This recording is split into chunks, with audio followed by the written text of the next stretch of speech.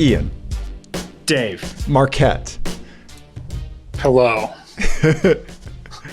I'm so glad that we're all here together. Yes. Because I feel like Dave and I got here just in time. Yes. Because I think we're about to save Marquette from a huge mistake. We heard a rumor that he was going to buy a Volkswagen R32, and luckily we struck with such speed that we got here before that catastrophic decision was made. Is it still in your cart?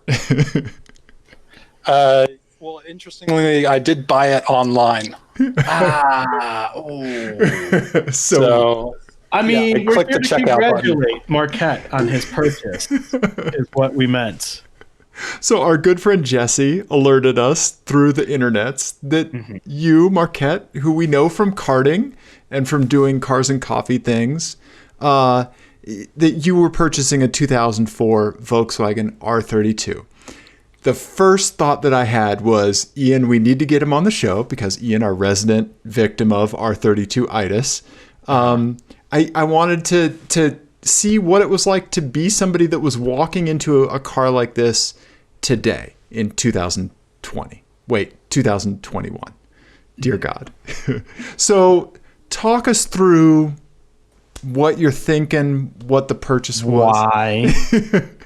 Yeah, so the Y is kind of a replacement car. So I currently own a Mazda Speed 6, a 2006 Mazda Speed 6, as a sort of daily driver car that can do year-round driving with a set of summer tires and a set of winter tires. Speed 6 I've owned for about 3 years now. It's been pretty fun, but at the same time, nobody knows what the hell they are.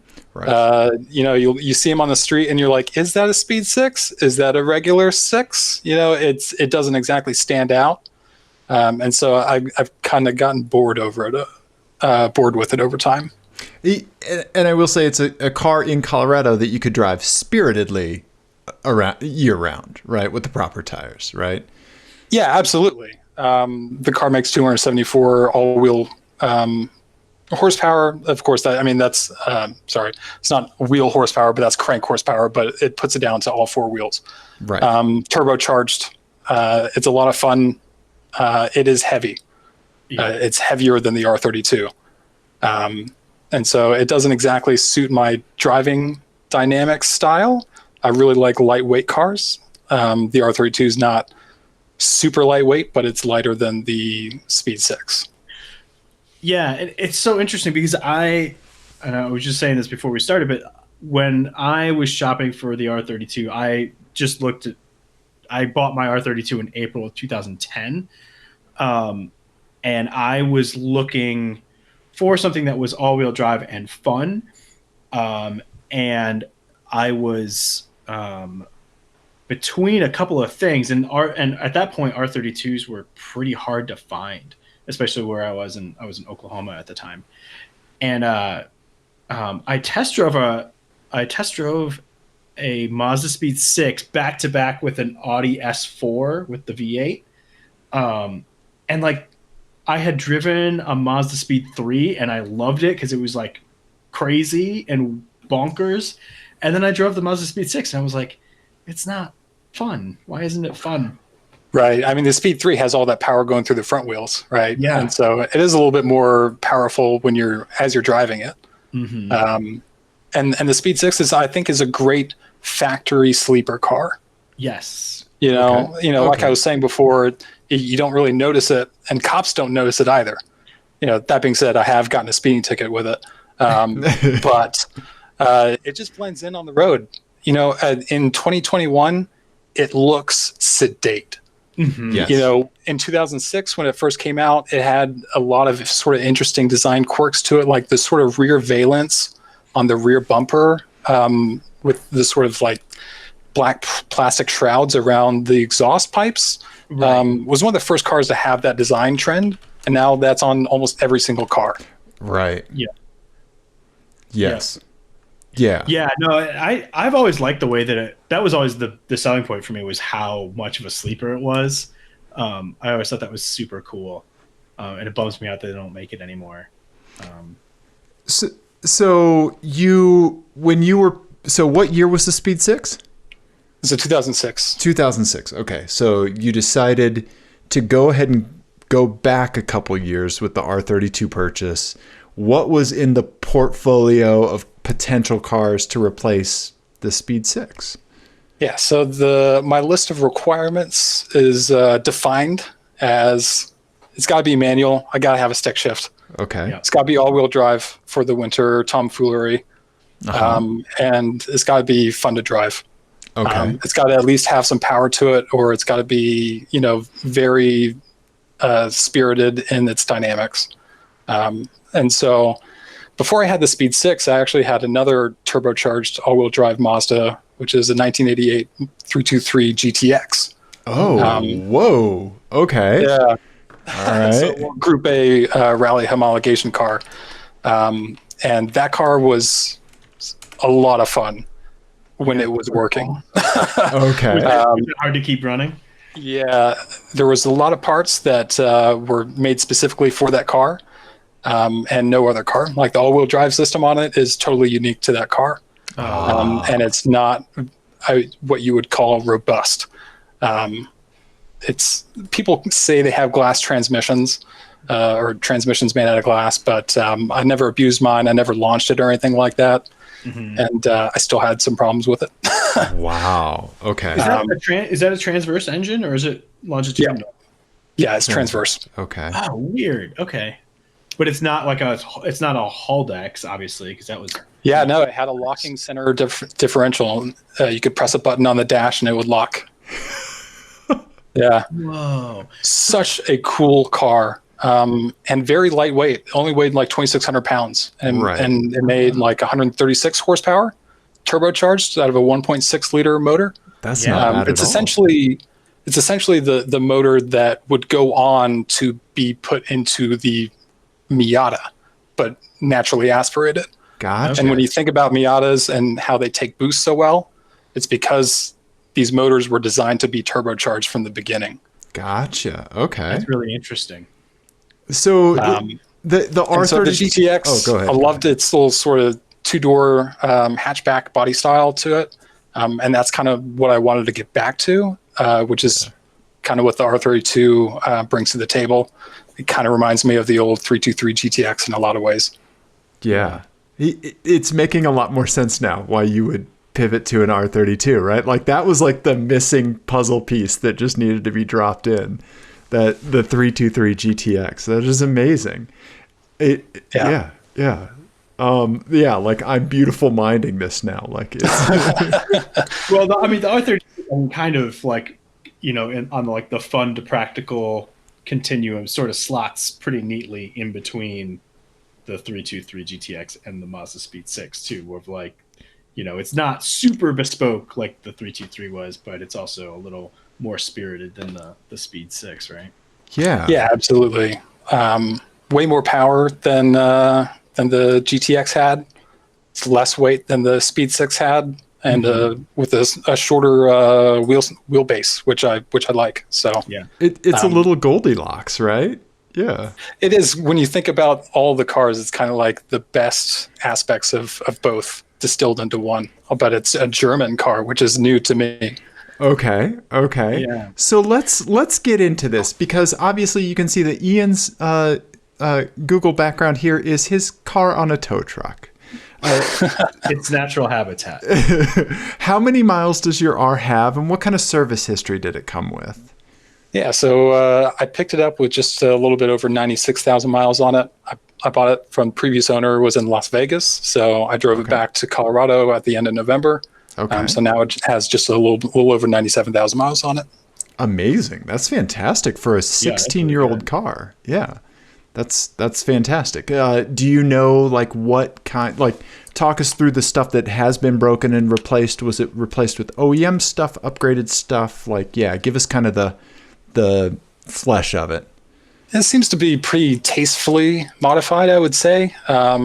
It's got a mix of OEM and sort of upgraded parts. The crack pipe, so to speak. I don't really like calling it a crack pipe just because it has sort of negative connotations to it. But the cross pipe on the front of the car, on the front of the motor, is a Grooven Parts aluminum cross pipe, and that is actually leaking on me right now.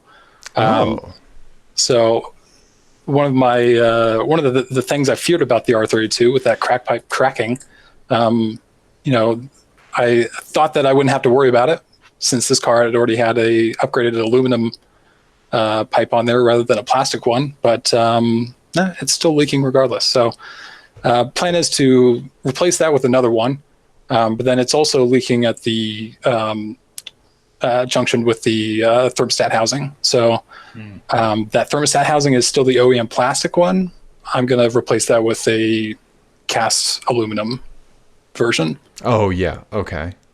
So hopefully, fingers crossed, I'll never have to worry about coolant leaks out of that area of the motor ever again.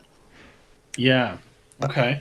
Ian, has there been any other big... Oh, sorry, go ahead, Dave. Real quick, what would you say to an R32 owner that says, I'll never have to worry about that again? Well, it's so funny because, I've talked to a few R32 owners over the years, and there are like these things that are supposed to be like notorious things. I have never talked to an R32 owner who has had the same set of issues. Like I have peeling clear coat and my hull decks went bad. But I never got the fender wave that everyone talks about. I have the original, all the coolant stuff is all original. I'm on the original clutch at 140,000 miles. Like, I don't know. Timing chains are fine. I don't know. But everyone else has different issues. It's weird. Yeah, it's interesting that you haven't had any coolant issues whatsoever because, looking over the service history that I got from the previous owner, it seems like the previous owners have had some issues with the coolant. Just like I said, had already replaced that crack pipe with another one. Thermostat and housing was replaced, and then there was a coolant leak at the thermostat housing again. Maybe like 2 years later, it looks like from my records here. Wow. I wonder if some of that's just being in Las Vegas. Maybe. Yeah. I mean, the car's been all over. It hasn't lived its whole life in Vegas. It's spent some time in Austin, spent some time in the Pacific Northwest as well. Weird. So it's gotten around. Yeah, no kidding. I don't know. That's strange. Yeah, the big things that I've had go on my car, like I said, were I had the Hall Decks go, the Hall Decks controller and pump went about a year after I got it, and I upgraded that. I upgraded the controller to the blue controller, which is like it sends power to the rear faster, and it it takes longer to disengage the rears. Interesting. Yeah, it's a really cool little upgrade. Any worries about longevity, like sort of effects on longevity on the Haldex system without? No, I don't think so. It's mostly just like reprogramming it. So it's been in there for 8.5 years now, something like that. Yeah. Right on. So it's been fine. And you've done a lot of snow drifting in that car, and it's been fine. And track days, and yeah. So I mean, it's speaking of snow drifting, have you had any power steering issues? My power steering pump has been weeping for, I'm going to say, 5 years. Or no, not the pump, the reservoir. The reservoir weeps a little bit. Okay. It's fine. Yeah. Yeah. Yeah, because I did have some power steering issues with my Speed 6. Okay. Can't resist doing some good snow nuts when you have an empty parking lot in front of you. Right. So yeah. I like that you went from having a car, the 323 that shared all-wheel drive components with nothing, to a car that now shares all-wheel drive components with what else? Like, I mean, a lot of stuff, right? Yeah, absolutely. I mean, a good buddy of mine, my first sort of introduction to the whole VR6 Volkswagen thing was my buddy who almost kind of got me into cars. He had a Mark II Audi TT. Oh, yeah. With 3.2. Yeah. And that was a blast. and that sort of got me hooked on cars. Just that I never really felt torque before from a car, until I felt the VR6 torque, and so that was almost 10 years ago. Actually, that was 10 years ago that I first sort of got a ride in his TT. That's amazing. Yeah, that's you've really come full circle. Yeah. Yeah, because I hadn't thought about that until earlier today, actually. Yeah, that's awesome. great. Yeah. So what other upgraded or modified components do you have with it? And then kind of run us through like your plans with the car. Yeah, so it's got the flapper mod on the exhaust, which sounds wonderful. I really have no desire to do like anything else with the exhaust on the car. It sounds great as is. One thing that I kind of wanted to do with the show was I wanted to get Ian's ownership opinion and then me as like the viewer, so that you could kind of have like both perspectives, right? Ian had the flapper mod when I first met him, right? And I loved it. Then he went and bought the Miltech exhaust, and it is my favorite exhaust I have ever heard on a car. I love it so much. Marquette. It's like, it's so business. It like looks you in the eyes and then just like knocks everything off of your desk. Like it is business and it is perfect. But well, I will have to listen to the Miltech exhaust in person one of these days. It does drone a bit, but you also have to, for context, I don't have a commute, even in non-COVID times. Right. So my car is occasional city runabout and fun car, and that's it. Gotcha. Yeah. So personally, I like being able to sort of fly under the radar occasionally, and so having the switch on the dash to like turn it quiet is a plus for me. Yeah, and that was the same thing when I had a daily commute. That was exactly what I had. And then it was after I started this job where I'm working from home full time. I was like, well, fuck it, let's go crazy.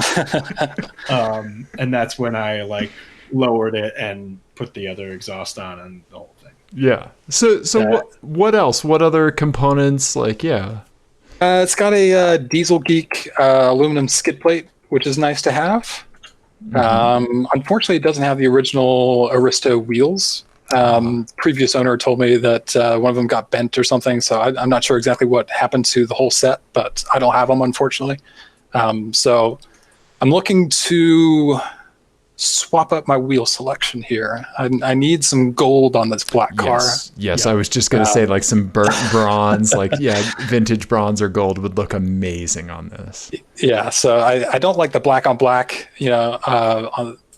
just black wheels in general. I used to have a black set of black wheels on my Miata, and it just wasn't for me. So I need a set of gold wheels. But otherwise, like the car is pretty nice for me as is. It's a daily driver, something that will run 4 seasons, and something that I can have fun with on whatever drive that I find myself on.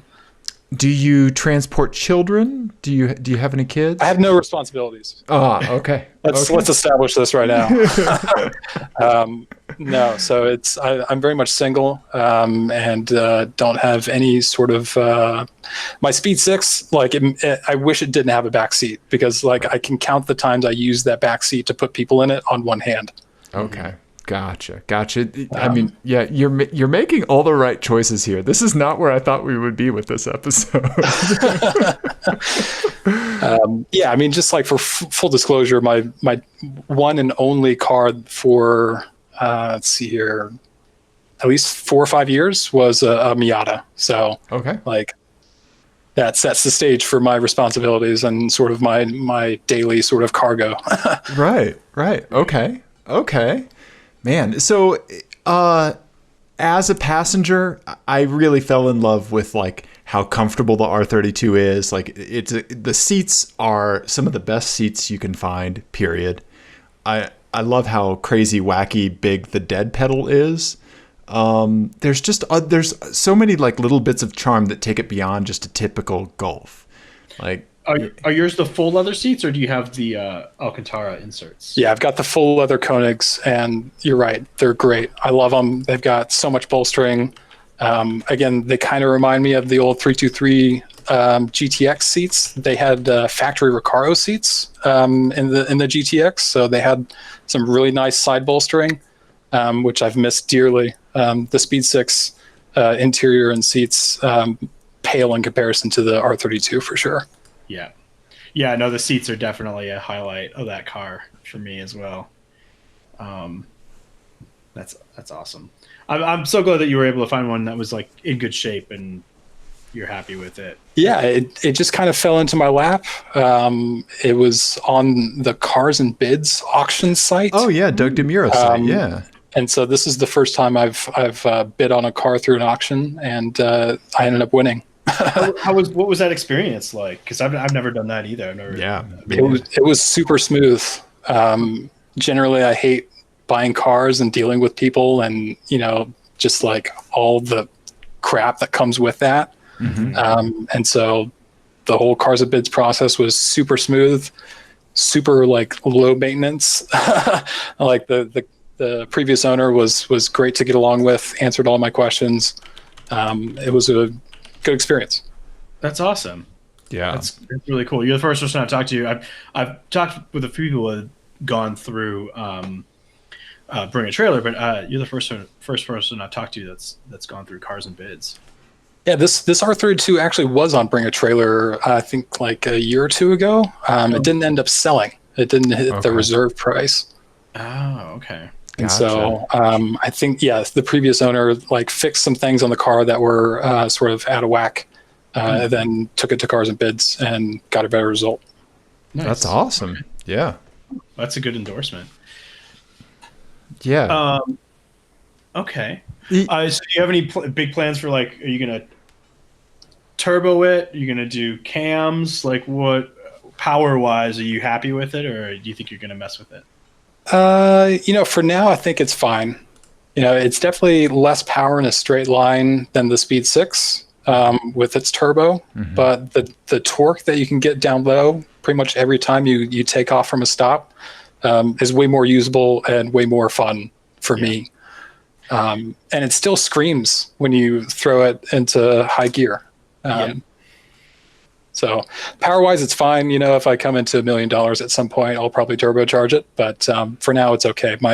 I've got a race car that's actually my race car. That's not the R32. Right. That's helpful. Yeah, right. It's not a very good race car, but it is. I will say it is a really good. It's a fun car on the track because it's like for learning a line or like kind of honing your skills. It's great because it's so predictable and so like easy to be repetitive with it that I really have enjoyed kind of learning how to drive on a track with it. It was a super good tool for that. Awesome. Yeah, my race car is kind of down at the moment in the midst of a engine swap project. But if that project doesn't finish by the time the 2021 race season starts, I'm definitely going to take the R32 out to PPIR. Nice. Definitely. Yeah. Definitely. We'll have to get together and do a track day at some point with them. That'll be fun. Yeah, absolutely. Yeah. So let's. So Dave, why don't you give Marquette your FMK cars as a kind of a tie a bow on talking about the R32. Okay. And then we'll move on to this other project that you just referenced. Hey, absolutely. And so our big takeaway from this is you didn't need to keep the receipt on the purchase. We're glad you made it. And we're super excited to see how you enjoy this car because it's such a good car. Yeah. I'm really looking forward to own my full ownership of the car as well, and sort of diving into the whole German car ownership experience because already there are some interesting quirks that I have not experienced on any of my previous Japanese vehicles. Can you give us an example? Just like specific windshield wipers that you have to get. Like it's not like it's not like universal amount. Ian's chuckling. See, this is like nobody told me when I was going to get ear hair when I got older. I just looked in the mirror and all of a sudden it was there, right? So Ian, tell Marquette the ear hair that's going to come with this car. Well, but it's good and bad, right? Because like, especially if you're used to working in cars, the thing that I've noticed about the R32 is like I've never once had to unseize a bolt, and for like even underneath the car or whatever, for a 16-year-old car, the bolts just they come out when they're supposed to come out. It's made very, very well, and but at the same time, to get to anything, you have to disassemble the entire front of the vehicle. So Yeah. they call it service position for a reason. So Right. Okay. It's a mixed bag. It's a mixed bag. Right. Yeah. I mean, you got to take the good with the bad, right? Yeah. Do you typically do most of the work yourself? I consider myself much more of a driver than a mechanic. Okay. And so I tend to farm that out to the people who know what they're doing and who are comfortable doing that kind of thing. Personally, I like my cars running well, and when I work on them, they don't necessarily work all that great. So just for my own peace of mind, I like to take it to the people who know what they're doing. Absolutely. Absolutely. Hard agree over here.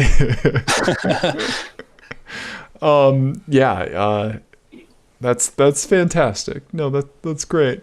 Okay, so the FMK cars that I have for you is other 2004 all-wheel drive cars. Knowing like that you got an R32, I think is a little bit of a spoiler for it. So I'm throwing a catch onto them, and it does have to do with maintenance. But I do just want to circle back to one thing real quick. At some point in the past on the podcast, we were talking about Ian's R32. And Ian, you said that your R32 is not the best Volkswagen or the best Golf, but it is the coolest Golf. Yes. And yes. I hard agree with that. I've driven GTIs from lots of generations, and I've driven Golf R's, and but it's definitely not the fastest Golf that you could buy, or probably even the best, but it's 100% the coolest. Absolutely. So with that in mind, it's going to be hard to pick anything but the R32 and this FMK cars, but here we go. So the first one I'm going to give you is basically the R32 that you got, but you have a full dealer service record and 200,000 miles on the car, and everything's been replaced with OEM parts, right? So for good or bad, right, you're getting OEM parts. Let's see here. I'll pull up your R32 picture. The next car is going to be a 2004 S4 Avant. So the V8, I'm giving it to you with 80,000 miles. There are some questionable gaps in the service record, right? Like, I don't know if you've ever had a car where like you don't really have anything other than like what the Carfax tells you, right?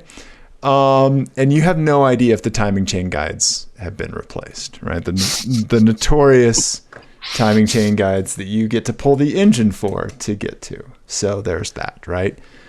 Then lastly, I'm going to give you a 2004 Volvo S60R wagon. The catch with this one is that it is owned by me. You're buying it from me, and it's also maintained by me. So Ian, would you mind telling Marquette what you think he'd be getting if he bought the V70R from me? Well, I think you're a pretty fastidious maintenance car owner, right? I know he has a spreadsheet where he tracks the maintenance schedule of his Lexus. Mm-hmm. It's conditional formatting is involved in the spreadsheet. That's a good sign. Yeah. No, I think you'd be in good hands buying a car secondhand from Dave for sure. Okay. I appreciate the endorsement, Ian. Okay. I feel like you're less sure than I am. Well, I did. So I used to have that Infiniti M45, and it sprang a leak in the radiator right before I was going to sell it to CarMax, and I just put stop leak in it and then dropped it off at CarMax. I would do that. That's what you do with CarMax, though. Right. I would do that to a corporation, but not Marquette, not a human. I was gonna say there is a certain point where you just go, I'm done. Right. Because unlike Mitt Romney, I don't believe corporations are people too. So, right. Okay. Okay. Well, this is an interesting trio that you've given me, because when I was thinking about cars to replace the Speed 6 with, I was looking at Volvo V70Rs. Okay. Cool. Is this one in question a stick shift? Yes. Yeah. You get the awesome space ball. We're going to assume manual transmission for all of these for sure. Okay. Because it's hard to find those these days. I was looking, and they were almost all automatics, the ones that I was finding. Mm-hmm. And then the Audi, as much as I love a good wagon, and I do wish that the Speed 6 was a wagon instead of a sedan. Right. Man, the setup that you've given me on it is just a little dicey. Yeah. Yeah. Beyond. So, I always say like Audi doesn't care about their vehicles past like 60,000 miles. After that, they're like, fuck off, lease another one. You know. Yeah, so I think it's going to be an easy one for me. I'm going to kill the Audi. Okay. I think I'm going to marry the R32 because that's essentially what I did. And then I think I'm just going to make sweet Swedish love to that Volvo wagon. I think that's the appropriate decision. I do. It's hard because it's like, you've basically bought one of the best cars. Like you've just done it. You've just gone out and bought one of the best cars. I've sort of been ticking off boxes on my car ownership. With the 323 GTX, it's very much a sort of a one of a kind Group A homologation car that really they don't really make much these days. And the one that they are making these days, the Toyota Yaris GR, they're not selling it here in the US. Right. God, I want one of those. If they were selling that here in the US, I wouldn't have bought the R32. Right. Yeah. But Toyota's going to do their Toyota things and not bring the fun cars here to us Americans. So here we are. So I've sort of ticked off all those sort of like rare, weird, obscure boxes with the 323 GTX. And then the Speed 6 is sort of like a modern sleeper car that I think to this day is still the most powerful piston engine car that Mazda has ever produced. Okay. You think about all their new cars that make a bunch of torque, but they don't make a whole bunch of horsepower. And then the R32 is, as we're saying, a very sort of unique car with all these really interesting properties that is in a really cool package. Yeah. Nice. Yeah. No, absolutely. I think you chose well. This if this was an intervention, we'd be putting more cocaine in his hand. Yeah, we're not going to. We'd be starting the intervention with like, so you like to party. Yeah, absolutely. I mean, speaking of questionable decisions, let's talk about your engine swap project, because you mentioned your race car. You've got a Miata that you do time attack with, and you're currently undertaking a K swap, which is really funny because you're the second person we've had on the podcast in the last few months that is in the middle of a Miata K swap. Yeah, there's a reason for it, huh? Mm-hmm. Yeah.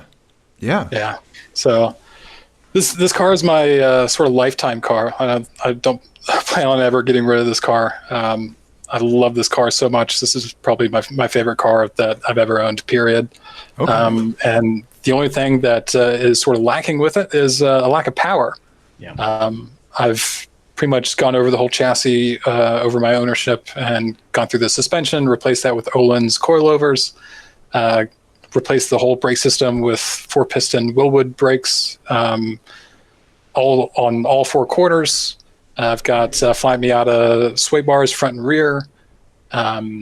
and it's such a fun car for canyons and tight autocross tracks, which is what my time attack events are. I don't want to over glorify it or anything. I'm not like setting records in like actual like time attack circuits, but this time attack event is essentially like a larger, slightly larger format, slightly higher speed autocross, and it really excels there. And I just have so much fun with it. So the times for more power. Thought about doing a turbo, but really when you look at it, turbos don't really perform all that well on track setting. They overheat. The power delivery isn't always desirable. And so personally, I really like naturally aspirated cars and how they deliver their power and how it's very predictable. And really the Honda K24A2 motor ticks all those boxes. Yeah, well, I mean, and just backing up a little bit, it looks fucking boss. With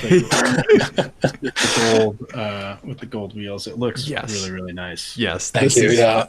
The amazing emerald green color from Mazda is beautiful, and I don't know why they don't put it on every single car that they make. The new Miatas, they look great, but you can only get them in red, blue, and then gray, black, white. Mm-hmm. Yeah.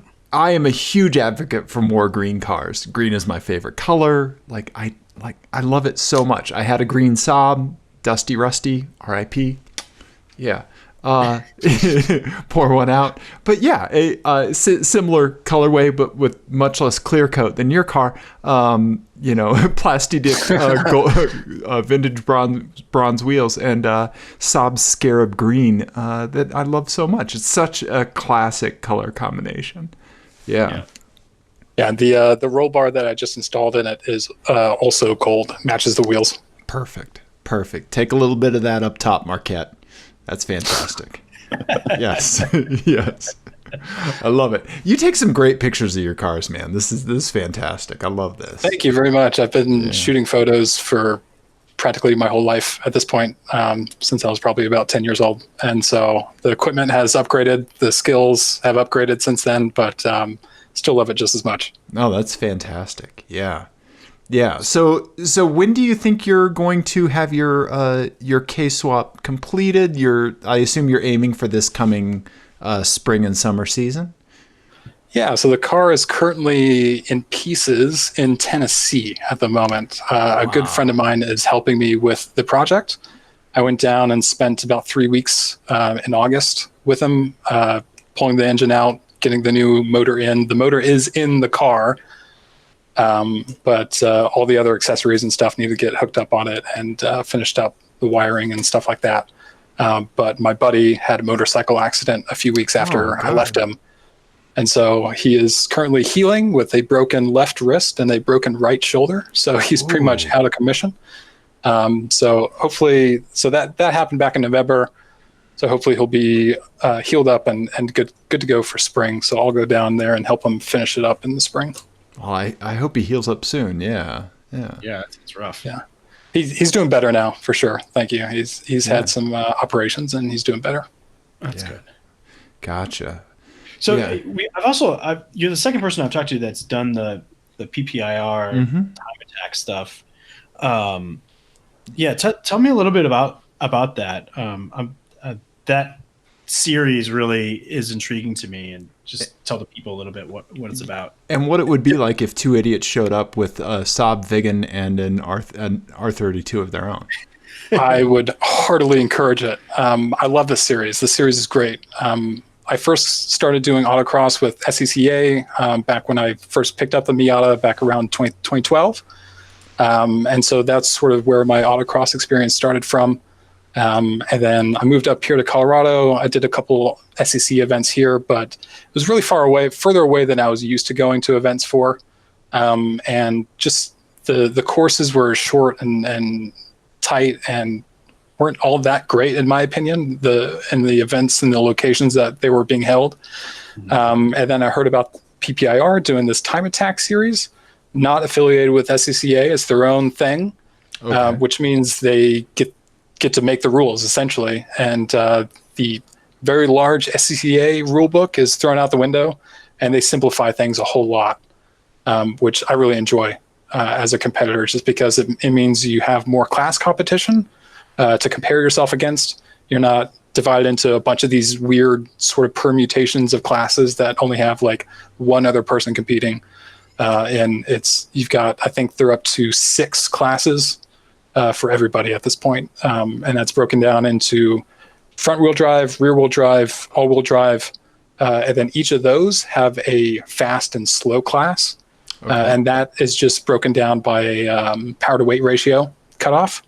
There are a few other rules in accordance with that, like tire width and fender flares, stuff like that. But it's very, very simplified compared to the SCCA rule book. And then they also recently added a SS class, which is super slow. And so sort of regardless of your drivetrain, if your car's slow enough, you're going to go into the SS class. And so that's like super early Miatas, like the 1.6 liter Miatas go into that class. And like, I don't know, Corollas. I'm struggling to just come up with examples, but that's essentially the classing system. And so it's easy to figure out what class your car is going to be in, and then you show up to the event. The event uses the infield paved road course section of the PPIR oval. Sometimes the banking comes into play as well, but every event, the course is different, and it's a blast. You get a comparatively, I would say, more time on track compared to an SECA event for what you pay for, and you don't have to work the event, which is great. PPIR, the event's fully staffed. You pay to get in, and that money goes to paying the people who actually organize the event. And so it's run very smoothly. They've got online live timing. It's great. I love it. Oh, that's awesome. That's amazing. If I remember right, it's pretty affordable too, right? Like it's $50. Yeah. Wow. $50, you get 5 timed competitive runs, and then at the end of the day, usually they have fun runs as much as you want until they close the place down. That's awesome. That's really cool. Yeah, and that was also, that was part of the reason that I've never done SCCA with my car because I mentioned that I did that Haldex upgrade. That boots me into like a much higher class, just that one upgrade, because it's technically a drivetrain upgrade. Yep. And for an all-wheel drive car, like I would be going up against like STIs and stuff, and I would just get crushed. There would be I wouldn't even be in the same league as anyone else I was competing against. Yeah. So, and the event turnout has been great. They've had to make some changes to the event and how it's run to make things run more efficiently, but they get 200 to 300 competitors out almost every event. And granted, that's pre-COVID. I actually have not been to any events in 2020 during the pandemic, but they still have been running them. Okay. Yeah. Yeah.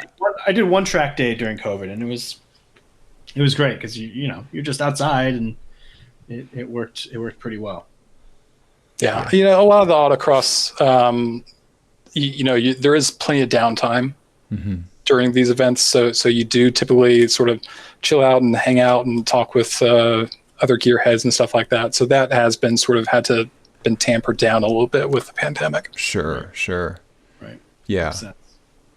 I think by its nature, like a racetrack is a pretty safe place for that kind of stuff, right? Like if they have a mask mandate for when you're not in your helmet, that kind of stuff. I think that these are some things that we'll be able to enjoy, in a safe manner, Yeah.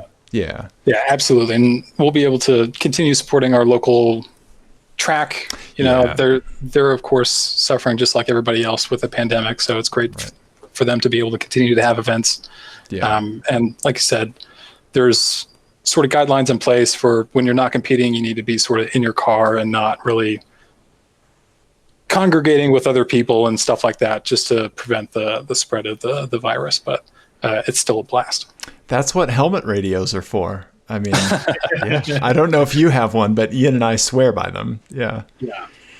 especially for karting and stuff. We've introduced the helmet radios to be able to talk to each other while we're karting. And that is brilliant. Had not thought about that before. It's so great. Yeah. It really does take it up to another level, because when you're getting ready to pass someone, you can just be like, I'm about to dive bomb you. And when you do it, it makes it that much more satisfying. Yeah, just being able to creep up in somebody's line and just go, "Oh, hello," yeah. So, with technology, we can overcome some of these adjustments that we have to make for COVID. And like you said, I think it's important that we find this balance between doing things like safely and supporting folks that are hurting from the pandemic, because it's freaking rough out there. So. I would love to make a concerted effort. I don't know how this will pan out, considering it's already January, but I would love to get the Vigan down there for a run at the track sometime. I'm telling you, the variety of vehicles that have been brought out to the series to compete has been ridiculous. Nice. And another benefit of not being associated with SCCA is being able to be kind of lenient with what vehicles actually get to run. Right. And so there have been Ram SRT 10s out there. Yes. Okay. That have been extremely rowdy, I would say. It's not a track truck. Despite the motor in it. But then everything from just there was the ugliest, I think, Mark IV. I'm not good on my Volkswagen generations, but a Jetta was out there that had some of the ugliest over fenders, and there must have been a foot of poke that the wheel was coming out from the body. I've got some photos on my Instagram of it. It's crazy. Oh my God, that's awesome! I will be looking for that. Yeah. For sure. I love shitty Volkswagens. Yes. At some point, Ian, between you and I, we need to own a bagged Passat. I mean, we just do. We need something we can hard park. Yeah. Yeah. I love that Harlequin Subaru that comes out as well. That's fantastic. Yeah. That old Alpha down at the bottom right. We need to plug your Instagram. It's Marquette LA, MarquetteTella. This is exactly what you're looking for here. Yeah. Oh man, there's a shot you have of the Miata with the lockup. If you click on that, I've actually got 3 Miatas locking up on that one. Oh really? Oh, you do? Oh, that's awesome. Yeah, nice. Those are great shots. Like I said, as much as I love driving, I love shooting photos as well. So every event that I come out to compete in, I also try to photograph pretty much everyone on track, and I share those photos with competitors as well. So if you guys come out, you get some sweet photos of you guys on track. Yeah, nice. Or anyone else in Colorado. I mean, geez, yeah, this is amazing. Yeah, this is fantastic. Oh, I've seen this Noble at High Plains Raceway. It's so great. Yeah. Oh man, that's awesome. Truly some awesome cars. Yeah. Oh, second gen RX-7s. I love them so much. That's so great. Yeah. Have you been out to High Plains with the Miata or anything else? No. So the Miata, as I said, I only just installed a roll bar on it, so it hasn't been actually track ready until essentially now with the K swap. I'm doing all sorts of getting a seat in there, getting a harness, getting a roll bar, everything that I would actually need for the track. But so for now, I've just been limited to time attack stuff. Okay. Nice. Okay. What from that course run? I had the map up just a little bit ago. What's from this course run? What is a typical time that you see? That's probably around a minute. Okay. Maybe around 50 to 60 seconds, probably. Yeah, okay. I mean, for me in my Miata, yeah, which has beaten plenty of fast cars. Sure. I'll toot my own horn a little bit. Yeah, of course. It looks pretty technical. Yeah. Well, and I'm assuming they change up this layout a lot, because this is something. Yeah, every single event is a different layout. There you go. Okay, I'm into that. Yeah, like you said, sometimes they use the bank, sometimes they don't. Okay. I am into that. Yeah. Okay. And the track surface is great. They did a bunch of renovations on the infield like a couple years ago. So they actually added some more sort of the gray horseshoe bit in the sort of top center of that track map there. That's new. That was recently added to the track. So I think the gray bits in that track map are the new bits that they've added. Okay. The dark gray. Oh, Gotcha. Yeah. Okay. So they've got a lot of sort of configuration possibilities, and they pretty much always deliver with a really fun course. That's really cool. Awesome. Yeah. We definitely need to go check that out. Absolutely. Well, yeah. I mean, what else? You need to check out Marquette's Instagram. Yes. We need to go to Pikes Peak. Yeah. Yes. I mean, and then I think I want to kind of wrap up with another FMK cars, because this is another good kind of insight into how you approach automotive subcultures. Okay. So this one I wrote after my wife misunderstood what the term coal rolling meant. Oh God! Just bringing up coal rolling, I already know what I'm going to kill. Yeah, she took it very literally. So you will understand what she thought it was after I tell you the first catch. So the thing with this one is that you have to give me a car, and you're going to get the same car for all three, but you will be converting that car to a different automotive subculture. So what's okay? Can you give me like an example? Like when Ian threw this at me, I gave him my Saab 900 at the time. But yeah, you know, it just And then give him a car. What then happened with the Saab 900? So like if you think about like the different subcultures within the automotive spectrum, from like lowriders to off-road things, the car was kind of outfitted for these different aspects of culture, and so I had to pick. Okay, so it's the same car. It's not like. Yes. Okay. Yes. All right. I'm on board. You'll be modifying this car Yeah. to fit into these other subcultures. So, Dave, how about we do this? How about you give me a car? Just give me any car. Well, I don't want to step on Marquette's toes. If he said he got it. He got it. What do you want to go with, Marquette? Okay. So do I know the subcultures beforehand? That's the tricky part. Okay. Yeah. Okay. Ian's gonna M. Night Shyamalan you with this. It's hard not to just go with what I know, and that's a Mazda Miata. Okay. Perfect. So we'll go with the 2002 NB Mazda Miata. Okay. Perfect. Okay. So this one, again, my wife took the term coal rolling very literally. So the title of this one is called Automotive Subcultures. Are you meaning to tell me they put cars inside submarines? So the first one is coal rolling. You have to maintain a coal furnace in the trunk of your Miata. So you're going to be literally rolling coal. My wife thought that it meant... Okay, so we're going with your wife's interpretation. Correct, yes. Gotcha. We Okay. were literally burning coal inside the bed of a pickup truck, which is... I love it so much. I'm excited about it. Well, thankfully, the truck on a Miata is pretty darn close to the cabin. And so I feel like if I just remove the trunk lid, I would be able to shovel coal from like the passenger seat into the trunk while rolling. Yeah. So that's not a big deal. No. Okay. And you get like a nice little heater. Maybe you could make it a generator. I don't know. We get a locomotive Miata. All right. The next one is a Stance Bro, but not quite real Stance Bro. This one is every time you exit the car, 4 of your friends show up and you adopt a 90s boy band stance. Well, I mean, that's not hard to do. I already do that. Yeah. The only modification to the car is a Blues Brothers style loudspeaker, where they have like the huge speaker on the top of the car. Right on. Car, blaring your latest single. So every time you roll up, your 4 friends come up and you do this. One of you's checking your watch. One of you doesn't care because you're a bad boy.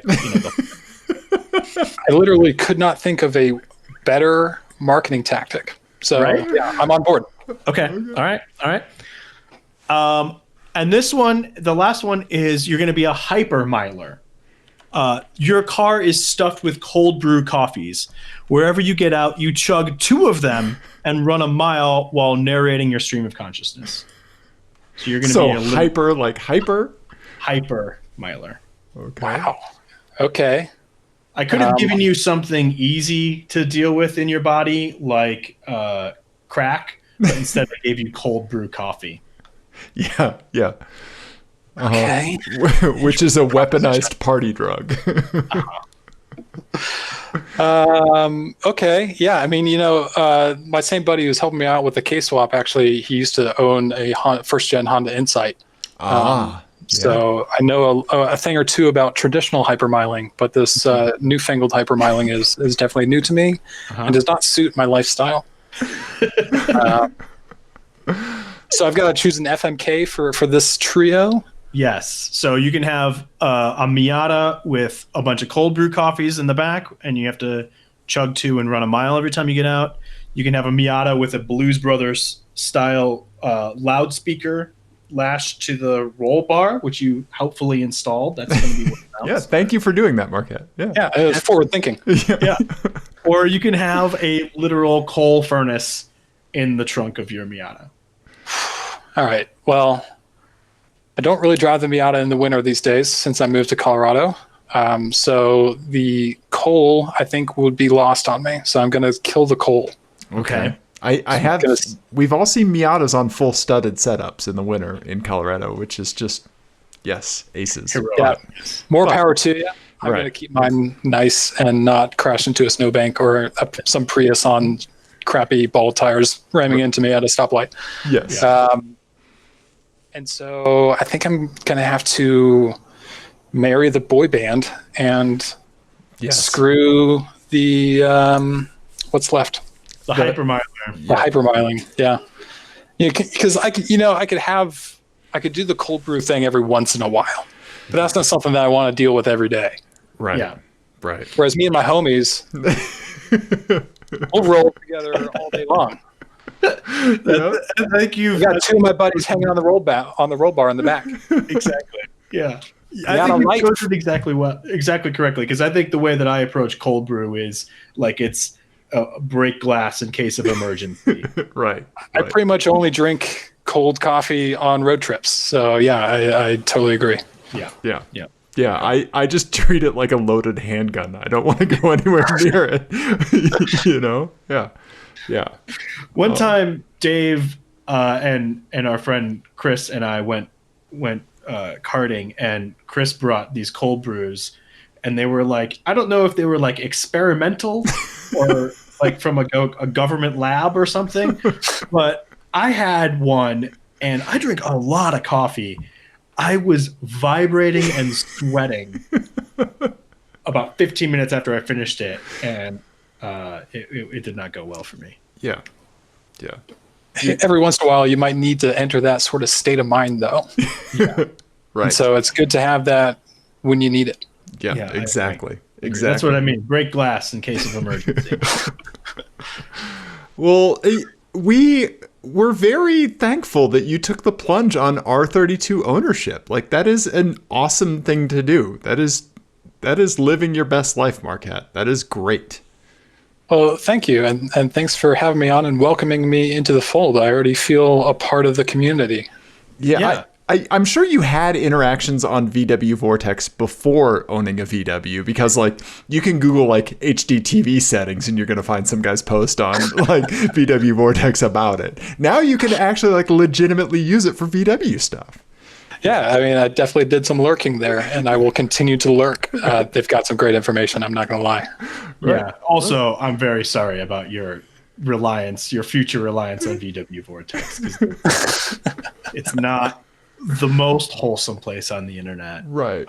But we're here for you if you need any kind of support. Not financial, some emotional, and I've got a big box of fuses. You might need some of those. Hey man, as long as I've got somebody to commiserate with, that's all I need. Yeah. Right. That is a huge chunk of owning these kinds of cars, right? Yeah. I also know a few Volkswagen mechanics in town, so if you need recommendations, let me know. Oh, thanks very much. I've already done the rounds. Nice. That's great. Well, yeah, we really appreciate you talking to us, Marquette. This is fantastic. I look forward to the next time that we cross paths in the meet space. Whether it be karting, or at a Time Attack or a Cars and Coffee, something like that. I'm really looking forward to it. It's really awesome to talk to you tonight, man. Thanks so much for having me on. It was great talking with you both. And I guess if anyone's interested in buying a very nice condition 2006 Mazda Speed 6, yes, get in contact with me. Thank you. Go to the Instagram. Send me a DM. Slide into Marquette's DM. Hey, I want to buy your car, but not in a weird way. Or in a weird way. I'm pretty sure you would take weird money at this point, right? Like, it wouldn't matter. Hey, cash is cash. Right. Nice. All right. Nice. Well, thank you again so much. And everyone else, thanks for listening. We love you. Goodbye.